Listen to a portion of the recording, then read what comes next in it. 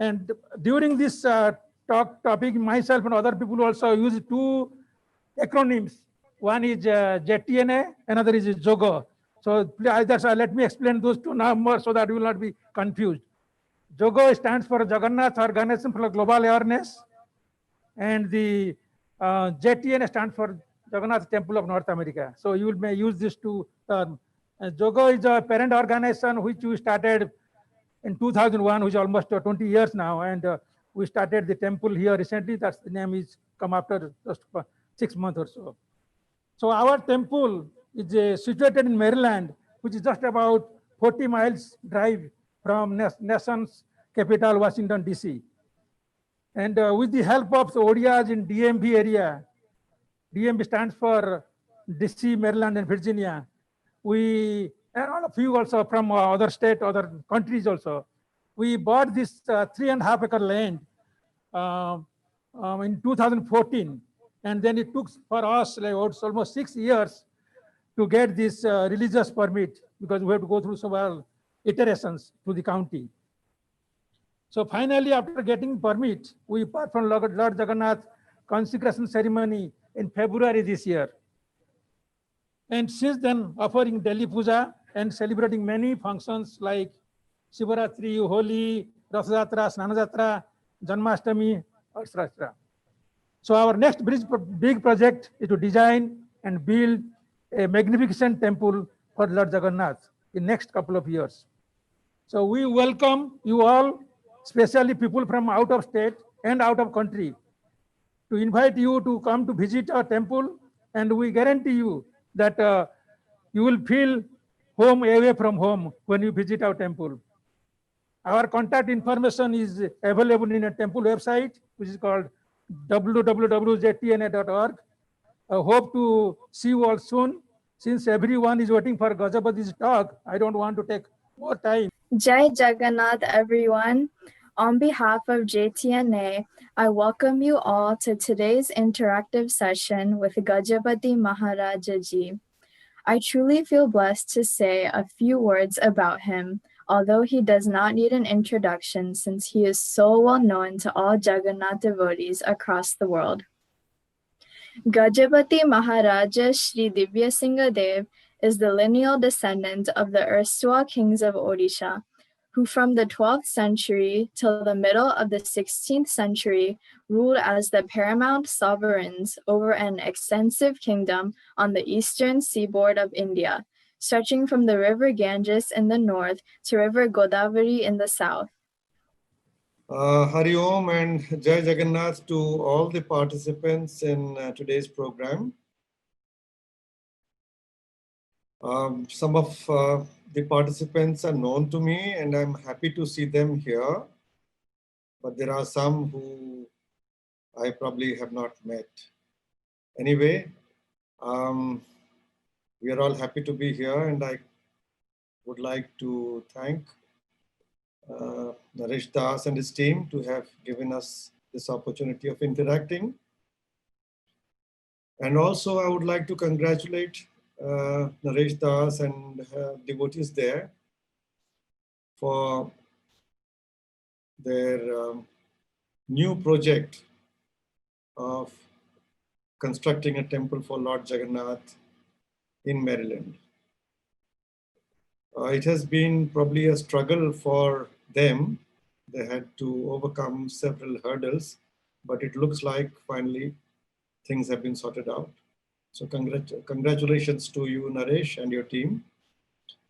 I would very briefly like to mention just now, Lord Jagannath, as his name suggests, is the Lord of the entire creation, the entire universe. And on this planet Earth, with his first manifestation in Purushottam Dham, Sri Khetra Puri, he has now expanded around the world, which is only natural and which had to happen. So this has happened over the last particularly 50 years or so. And the credit goes to all our good friends from Odisha those who have families who have originated from Odisha and have settled abroad in various countries, they have carried with them this love for Lord Jagannath and the Odisha culture. So my congratulations to all those families around the world who have made Lord Jagannath globally present, his culture globally being propagated. So now in Maryland, we have this project for a new temple. Now, as Odias, our faith, our devotion, our love for the Lord is spontaneous, it is instinctive, it is in our genes. And therefore, wherever we are, we would like to have Lord Jagannath there with us. And when some of us get together and we feel strong enough, we would like to have a temple of Lord Jagannath, consecrate Lord Jagannath, and to worship him. But here I would like to make a little suggestion that this is a huge responsibility. See, so long as we do not consecrate the temple, consecrate the Lord, there is no responsibility in that direction. But once we install the Lords in the temple with consecration, with the Vedic consecration, he becomes a living force, a living divine force. And so those who have been responsible and served to make this possible, the installation possible, they are the persons who are vested with the responsibility of carrying on the worship in the proper sense and in fulfilling the purpose of the construction and installation of the Lords in the temple. So the leading members of the committee who are managing the affairs of the temple, I'm not only speaking about the new temple which is to be constructed in Maryland, but of all temples of Lord Jagannath, or for that matter, any Lord. Now we are going to have a wonderful temple of Sri Rama in Ayodhya. So all temples, big and small, the people behind the construction and the consecration must seriously think, why are we doing this? Why are we troubling the Lord by making him descend from Vaikuntha Dham, from his divine abode to our hometown, to our village or city? Why are we doing that? Why are we troubling him? And if we do trouble him, what is our duty towards him? This must be well understood. And very quickly, I would like to say that the temple is not a club. It is not a place for social get-togethers. That is fine with a organization or with a center like a cultural center, like a Rotary Club or Lions Club. That's fine, no problem. But when we have a temple, the objective and the intention is quite different.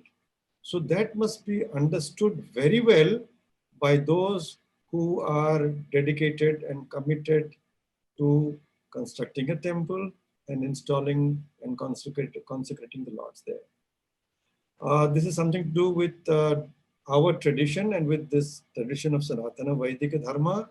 So that must be very well understood. Then, if the leaders of the community in that particular place understand everything correctly, and therefore they do everything very nicely, the blessings will definitely come to the entire community there, those who come forward to participate in the activities of the temple. There's no doubt about it. And as I have been saying, that countries around the world, our Odia families who have gone and settled, they have gone for opportunities to explore and exploit the opportunities which are available there. And let me, as it is well known, a lot of opportunities are available there which are not present or not available in India. And in a lot of countries, particularly what we say the progressive advanced countries, the material comforts and the material conditions are really extremely conducive to a comfortable life from the material point of view. So there I say that people who are there, if they add to their material acquisitions and circumstances, the spiritual element, which is so strongly present in our culture and tradition, particularly from Odisha, then you virtually have a heaven on earth. So I would say that it is the duty of every Odia settled abroad to manifest, to represent that culture and that lifestyle in their respective families and communities, to materialize a heaven on earth, a little heaven on earth. You see, each one of us living on this planet are in the same planet, maybe in the same country, maybe in the same city, but each of us are in his or her own world. We create our own world. So my message to all our dear friends around the world is to make that world a beautiful divine world. It is in our hands to do it or not do it. So with the material comforts that we have been able to get together by hard work all these years in a foreign country, if with that we add the spiritual, religious aspects into our life, our individual life and our family life, we can have a beautiful, heavenly enjoyment in this very life. So with this, I will not like to say anything further because we have lost half an hour in the beginning. Naresh ji had said that we will begin at 7 o'clock IST, but we actually began at 7:30, past 7:30 IST. So without further waste of time, I will request Naresh and his team to start off with the question and answers, because I do believe that we should discuss what is of interest to those who are participating in this program, because I really do not know what questions or what inquiries or what subject matter would be of interest at the moment, at present times, to the participants here. So I would like to hear from them what they would like to hear from me. Hari Om. Thank you, Gajapati ji. And we have now Dr. Sagarika Patnaik. So she is going to moderate the questions. Pranam Gajapati ji. Today's first question is, for people like us who are building new temple, is there any office in Sri Mandira to guide us in providing authentic information on temple traditions? Sagarika ji, I think I did the needful. Perhaps Naresh would like to let me know whether he has received some booklets which I may have sent to him through email. There is a book published by the Jagannath Temple Sri Mandira administration called Sri Jagannatha Mandira Nirmana O Seva Puja. This gives in brief but very authentically the various aspects which anyone who would like to construct Temple of Lord Jagannath, and maybe this light is too bright, and install Lord Jagannath in a temple, they must know. So this book is very, very useful. What is the land which will be suitable for the construction of the temple?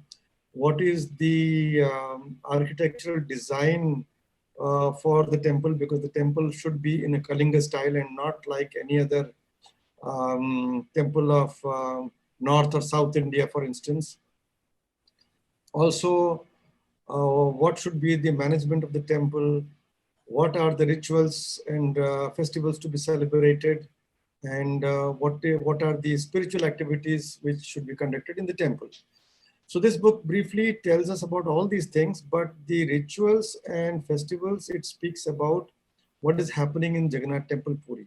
Now, what is happening in Jagannath Temple in Puri is impossible to be replicated in any temple anywhere else in the world, because it is very exhaustive and very much in detail in every way, with a lot of people being involved. But that is a tradition which has come down since the last 800 years at least, without any change. So that is not possible to be carried on anywhere else. So in your temple, for instance, in Maryland or any other temple around the world, what you should do, that has been given out in another book which has been published by a cultural organization of Puri. That book is called Daru Brahmankara Sankhipta Seva Parampara, something like this. That book also I have emailed to Naresh. That gives out the daily rituals and the festivals which every temple of Lord Jagannath around the world, whether in India, Odisha, or outside, should do. But again, I think that book is more or less focused on temples in India and Odisha. When we talk of temples outside India, maybe some further fine-tuning will be required. So these books, Naresh ji had sent to you, you could circulate it to all the participants. It is in Odia. And I would suggest that if your non-Odia community members would like to know, you are free to make translations of those books. So those books are very authentic and they'll give you a very clear picture in a brief manner. But if you would like to know further in detail about some aspects which are written there, then I would suggest that please get in touch with me. I'm available on email, I'm available on WhatsApp. Now, the temple office, the officers there are very busy with the daily rituals in the temple, which is a huge job, and the temple's affairs in the various fields, which is again a huge job. So at the moment, we do not have anyone there who will be available for guiding you and for giving you the necessary feedback. So please feel free to interact with me on email and WhatsApp, and I will do my best to satisfy you. And then I will put you on to the various experts in the relevant fields. For instance, if you are looking at building a new temple, I can put you on to some very good sthapatis here who can guide you. If you're looking for the consecration, the prana pratishtha or the pratishtha of the temple, I can put you on to the very good purohits who are conversant about how Lord Jagannath's pratishtha is to take place, and also for the subsequent worship, etc.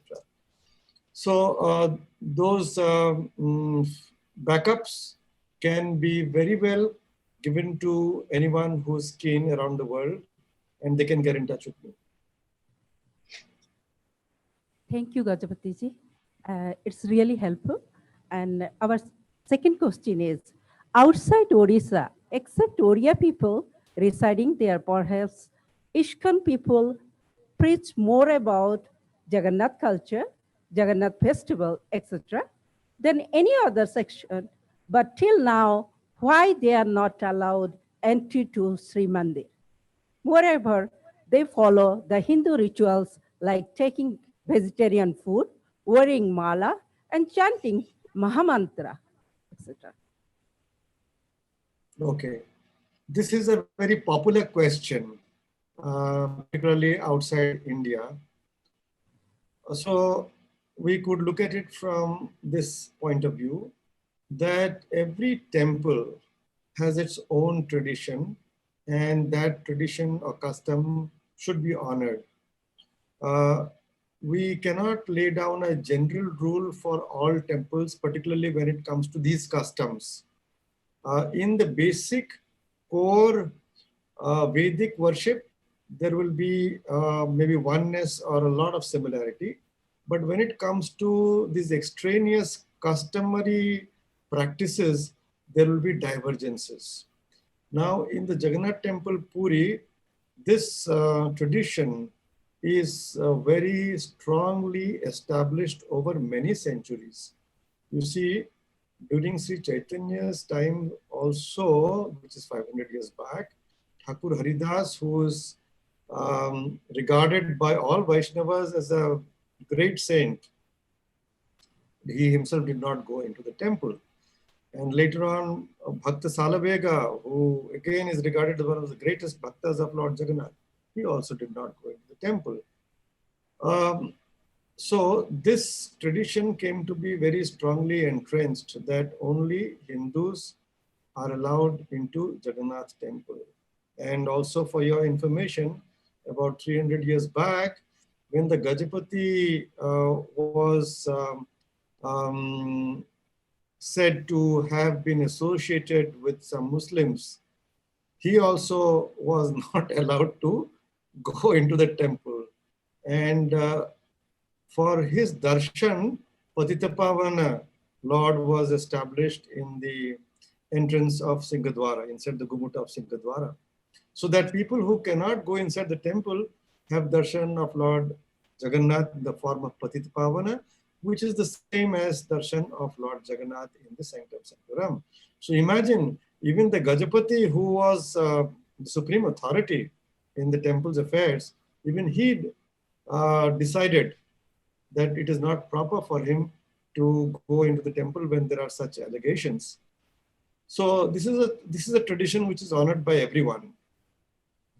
However, at the same time, we must remember that, all right, for a moment, if we exceed and accept it, all right, why only Hindus? Why not Christians? Why not Muslims? Why not people of all religions get in?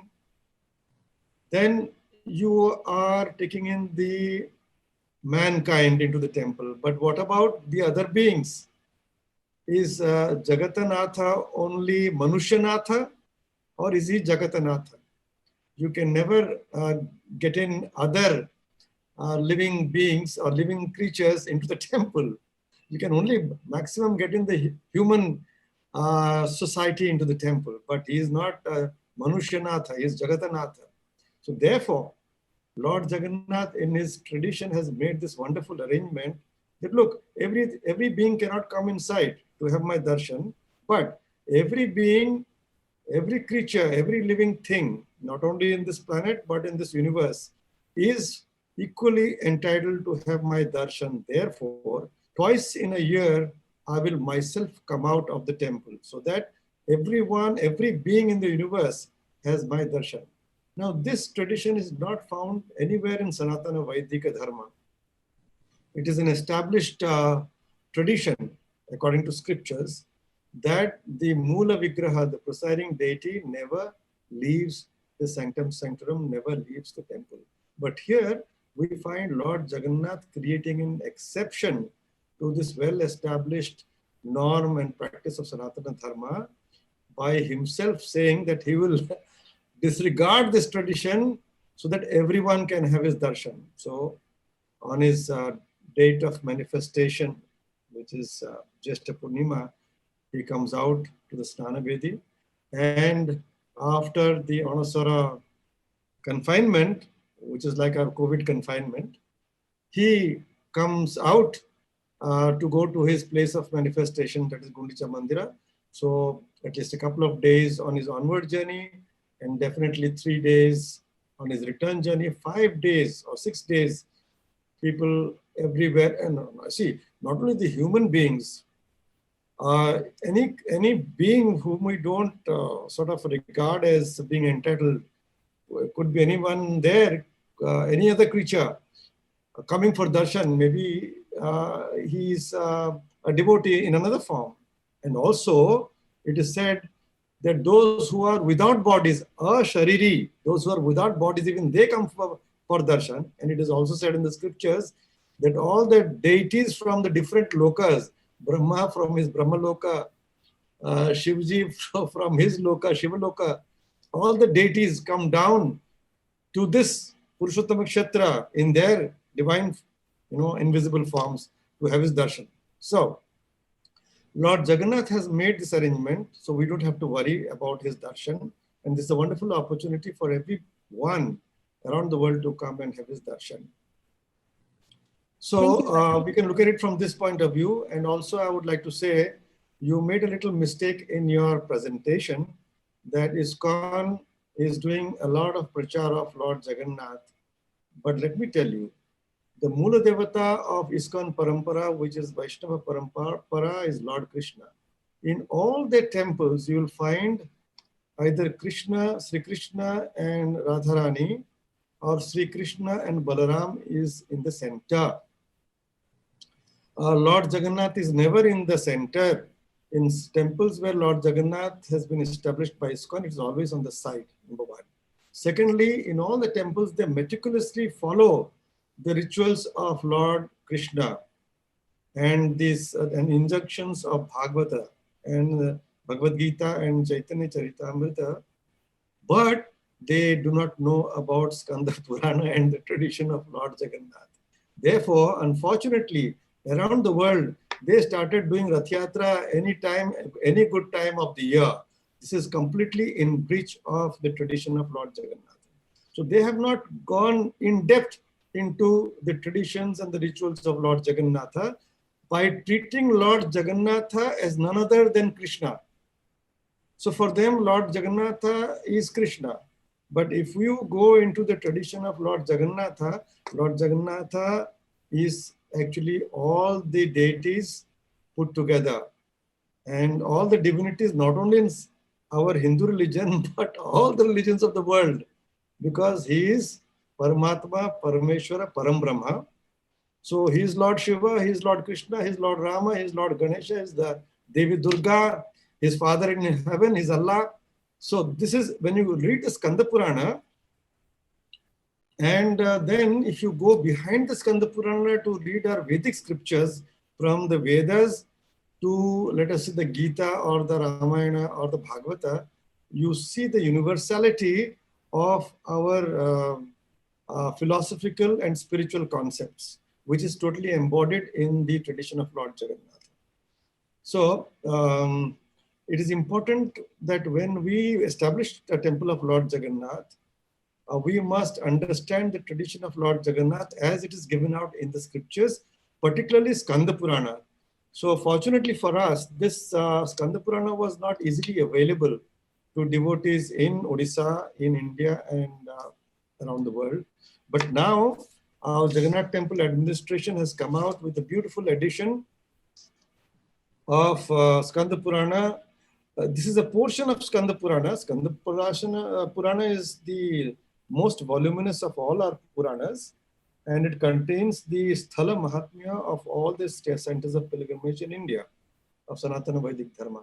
So a portion of Skanda Purana dealing with Lord Jagannath is found in Vaishnava Khanda called Purushottama Kshetra Mahatmya. So this book has all the 60 chapters of Purushottama Kshetra Mahatmya, about 3,863 shlokas.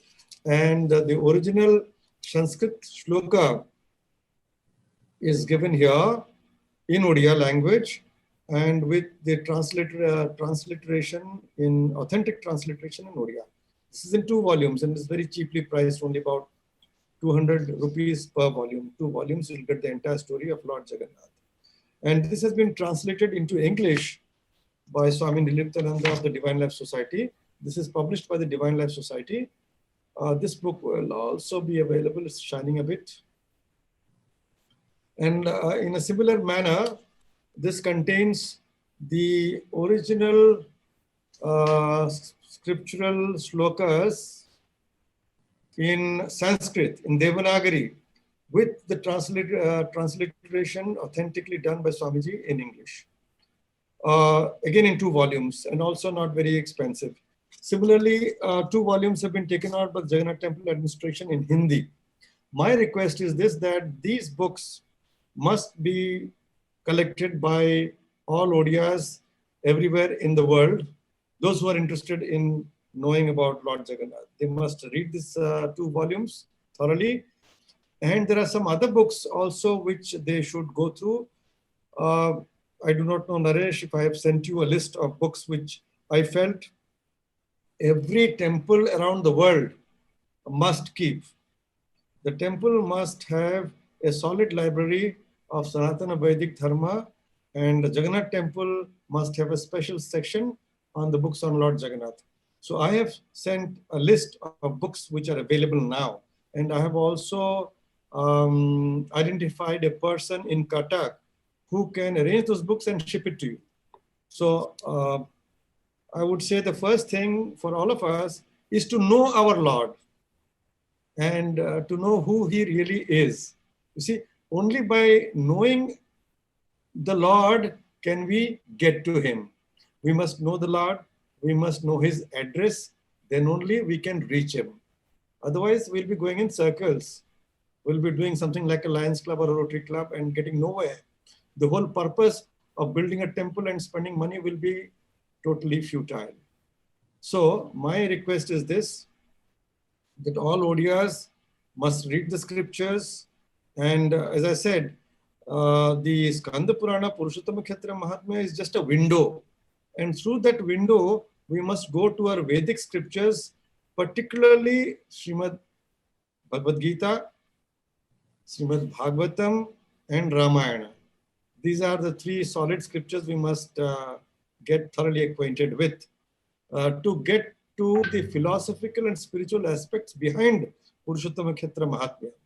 Then we come to know who Lord Jagannath is, and we know his address, and then we can get there. So otherwise, this whole thing, this whole exercise is a waste of time. And let me add, just by reading and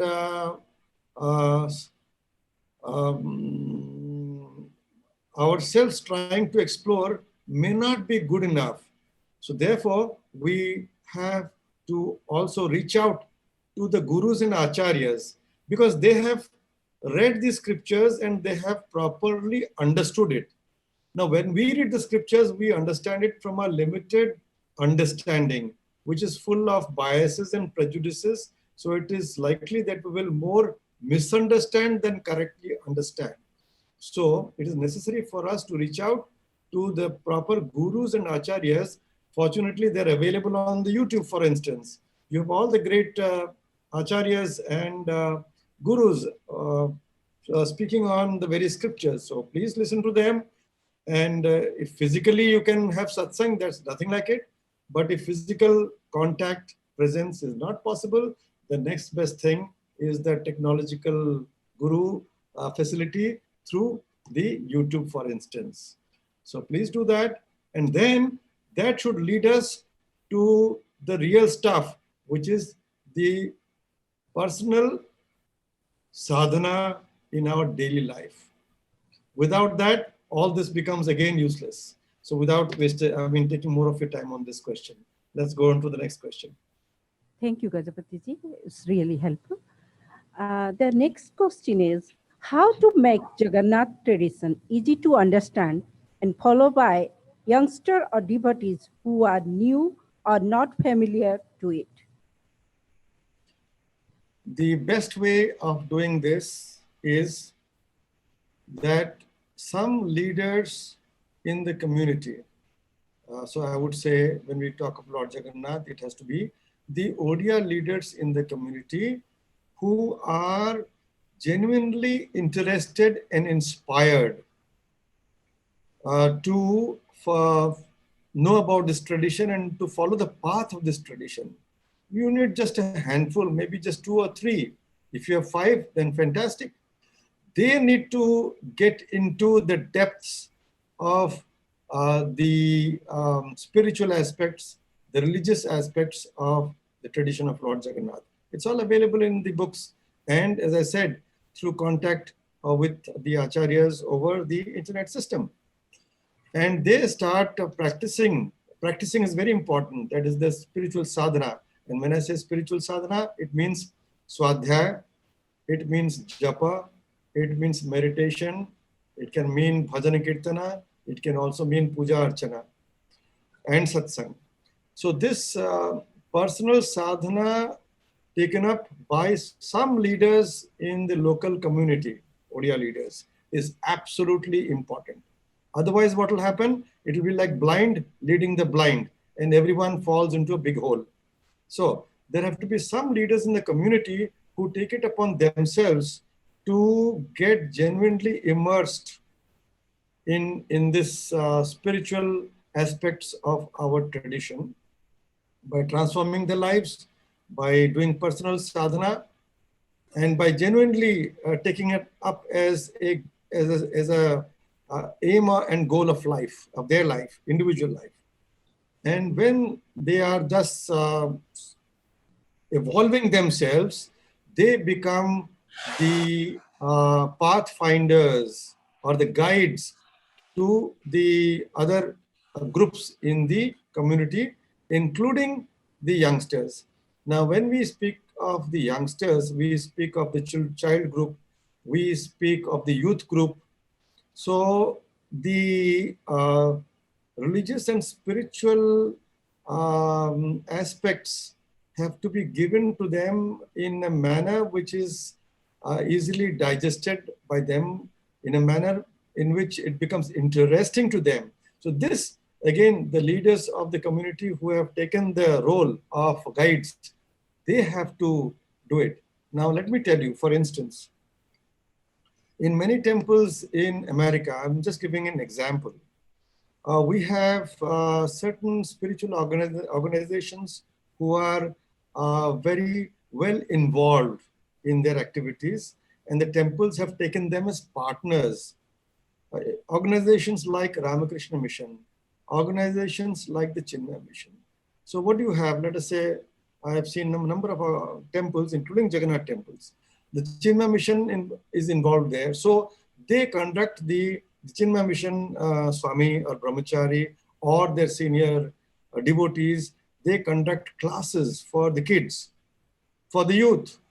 And there they learn about Sanskrit and they learn about the scriptures in a manner which is properly tuned to their level of intellect. And it's doing fantastic. The community there is getting involved in our Indian culture and getting devotion into the lives and beginning to understand the Lord in the temple.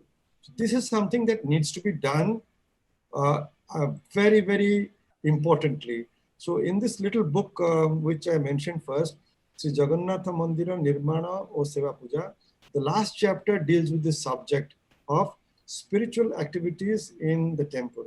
So there we have given out a certain format which will serve as a useful guideline for all temples. So think about it. It's a lot of hard work, but without that, the purpose, you see, nothing comes easy. You are doing your job in America, for instance, you have to work hard at your job to succeed.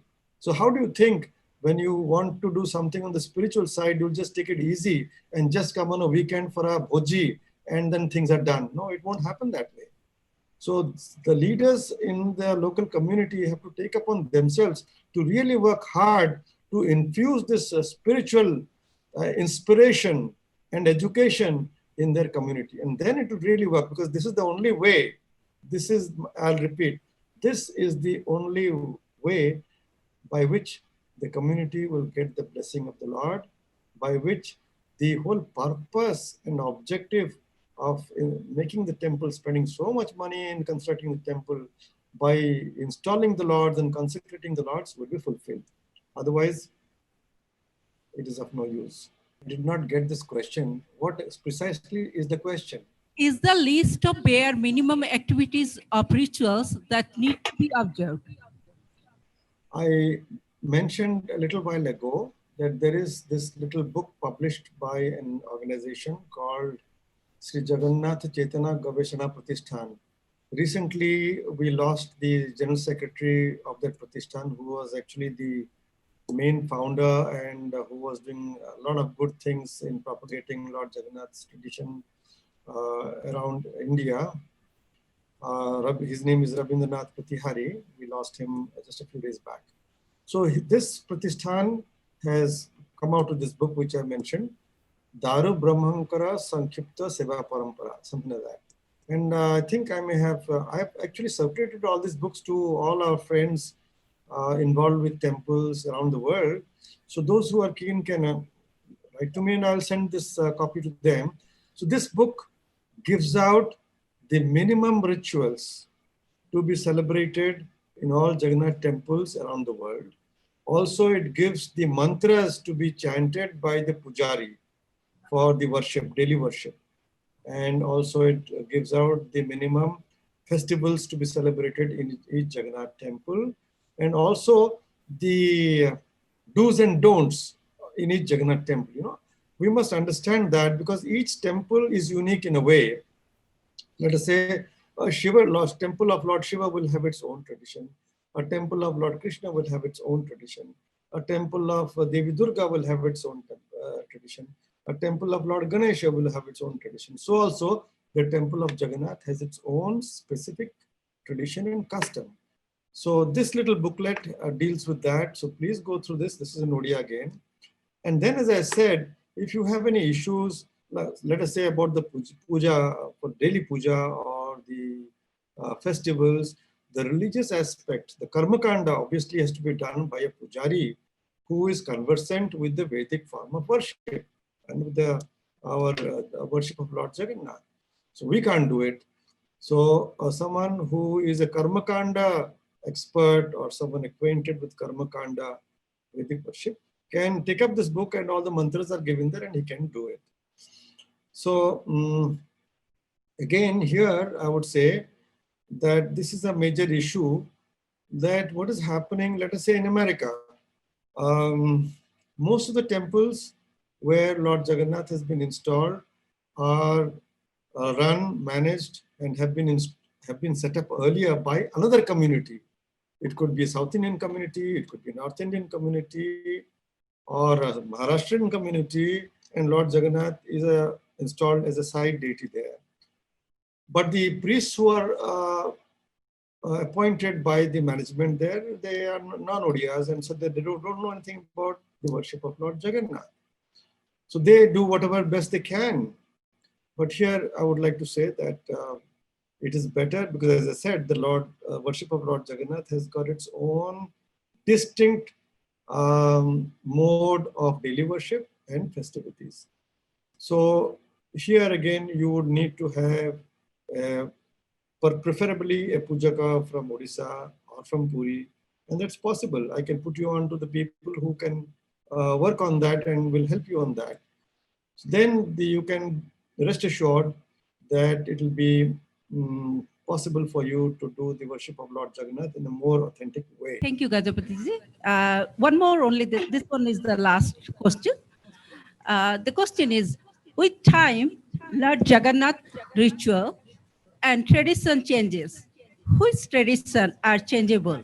And who decides what changes are permissible?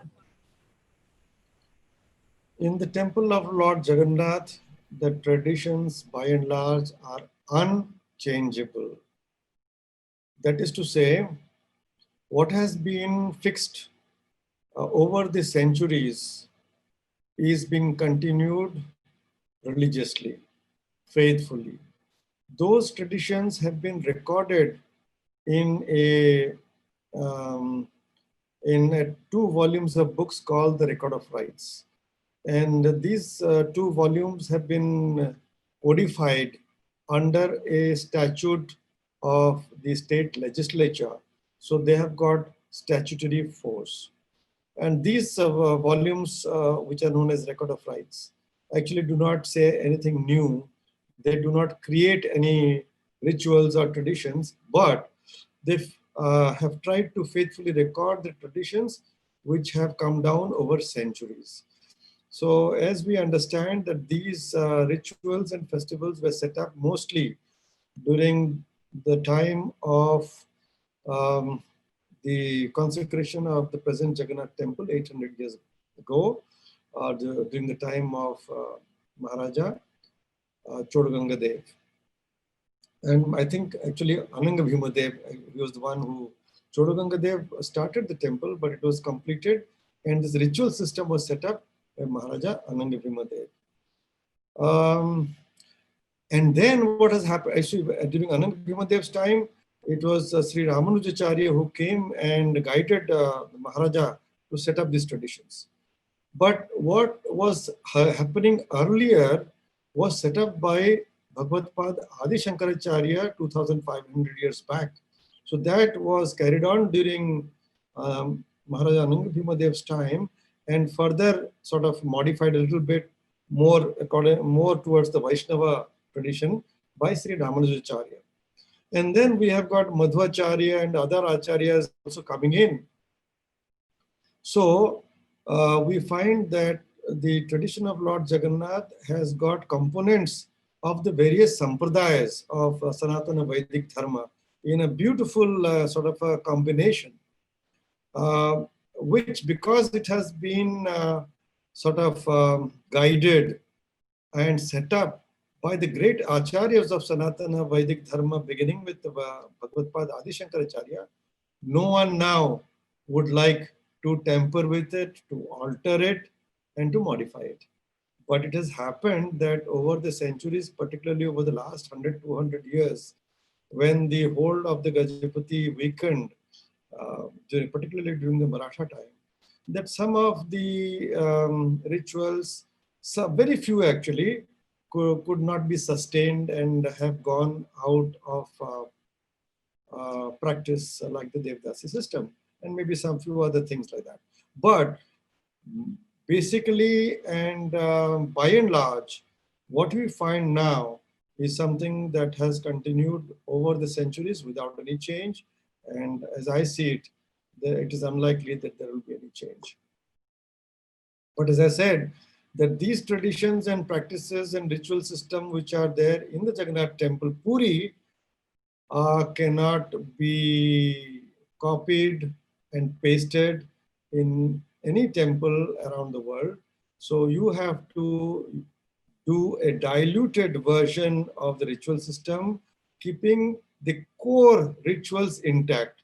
And the core essential rituals and festivals have been set up in this book, which I just mentioned.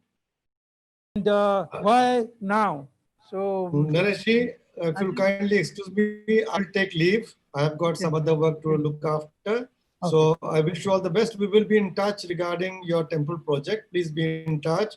We would only like to suggest here, Naresh, to you and your team, please proceed with the project in consistency, in conformity with the tradition and culture of Lord Jagannath. We definitely look to the promotion and propagation of the culture of Lord Jagannath in an authentic way around the world.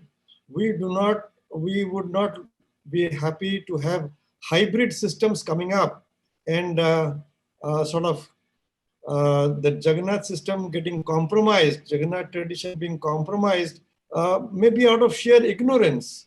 So we are there to help you. We are there to let you know what would be good for propagation of the tradition of Lord Jagannath. So Hari Om, Sarve Bhavantu Sukhinah, Sarve Santu Niramaya, Sarve Bhadrani Pashyantu, Ma Kaschid Dukkha Bhag Bhave.